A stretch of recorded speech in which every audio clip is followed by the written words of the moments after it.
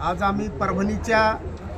देवगिरी हॉस्पिटलमध्ये आहोत आणि या ठिकाणी सामाजिक क्षेत्रातील आमचे मार्गदर्शक ज्यांनी केवळ परभणी जिल्ह्यालाच नव्हे तर संपूर्ण महाराष्ट्रातील लहू फुले शाहू आंबेडकरी चळवळीला दिशा देण्याचं काम केलेलं आहे असे भगवानजी कांबळे पाथरीकर सर यांचा 28 तारखेला या ठिकाणी अपघात झालेला आहे आणि अपघाताच्या नंतर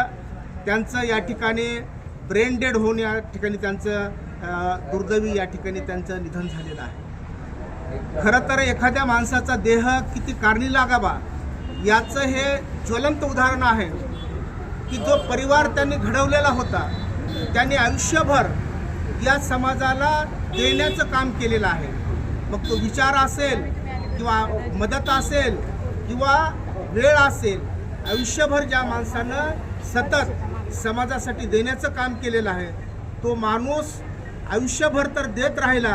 परंतु मृत्यूनंतर सुद्धा त्या माणसानं ही परंपरा कायम ठेवलेली आहे। आणि म्हणून आज जर सरांचा जर परिवार बघितला, या परिवारामध्ये डॉक्टर आहेत, कर्मचारी अधिकारी आहेत आणि त्या सर्वांना त्यांनी केवळ बाह्यदृष्ट्या घडवलेलं नाही तर विचाराच्या पातळीवर सुद्धा सरांनी घडवलेलं आहे। आणि म्हणून आज त्या परिवारानं जे काही या ठिकाणी धाडस दाखवलेलं आहे की सरांच्या शरीराचा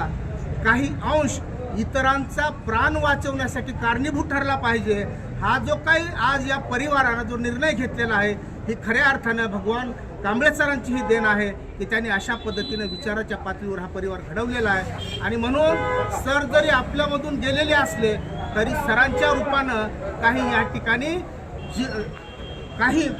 रुग्ण या ठिकाणी जिवंत राहणार आहेत आणि त्यांच्या रूपानं सर आपल्याला या ठिकाणी जिवंत दिसणार आहेत। आणि म्हणून मी परिवाराचं खरं तर या ठिकाणी मी परिवाराला